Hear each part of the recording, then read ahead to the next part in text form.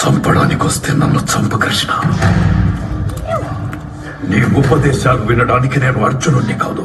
ఈ 18 రోజుల కురుక్షేత్ర యుద్ధంలో జరిగిన పాపాల కన్నా నీ అధర్మం నిష్కృతి లేనిది. ద్రోణాచార్యుడి పుత్రుడి వయుండి ఇంతకి దిగజారాలా?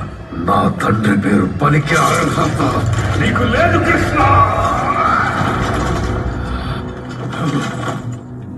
నువ్వనుకుంటే అతని మరణాన్ని ఆపగలిగేవాడిని.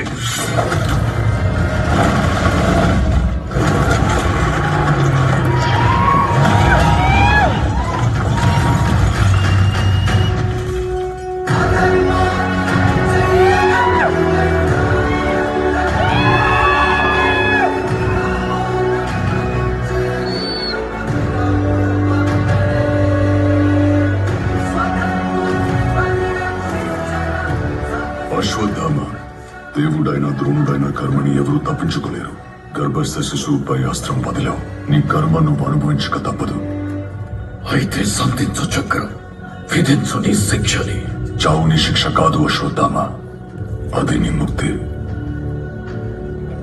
కాలాంతరం పాండవులందరూ చనిపోతారు. నా శరీరము మరణిస్తుంది. ఈ యుగం అంతరిస్తుంది. కానీ నీకు మరణం రాదు. వేలాది సంవత్సరాలు నీ గాయాలు మానక, చావు రాక, బ్రతకలేక ఎన్నో పాపాలు చూస్తూ ఒంటరిగా జీవిస్తావు. ఇదే నా శాపం. మరి నాకు ప్రాయశ్చిత్తమే లేదా? నువ్వు నన్ను చంపాలనుకున్నావు, కానీ ఒకరోజు నువ్వే నన్ను కాపాడాలి. నేనా? కలియుగం వస్తుంది. కలి వస్తున్నాడు. అధర్మం పెరిగిపోయి ప్రపంచమంతా చీకటైనప్పుడు నేను మళ్ళీ ఒక అవతారం ఎత్తాలి. ఆ యుగంలో కలి ఎంత శక్తివంతుడంటే నా పుట్టుకనే ఆపగలడు. అప్పుడు నువ్వే నా గర్భకుడికి కాపలా కాయాలి.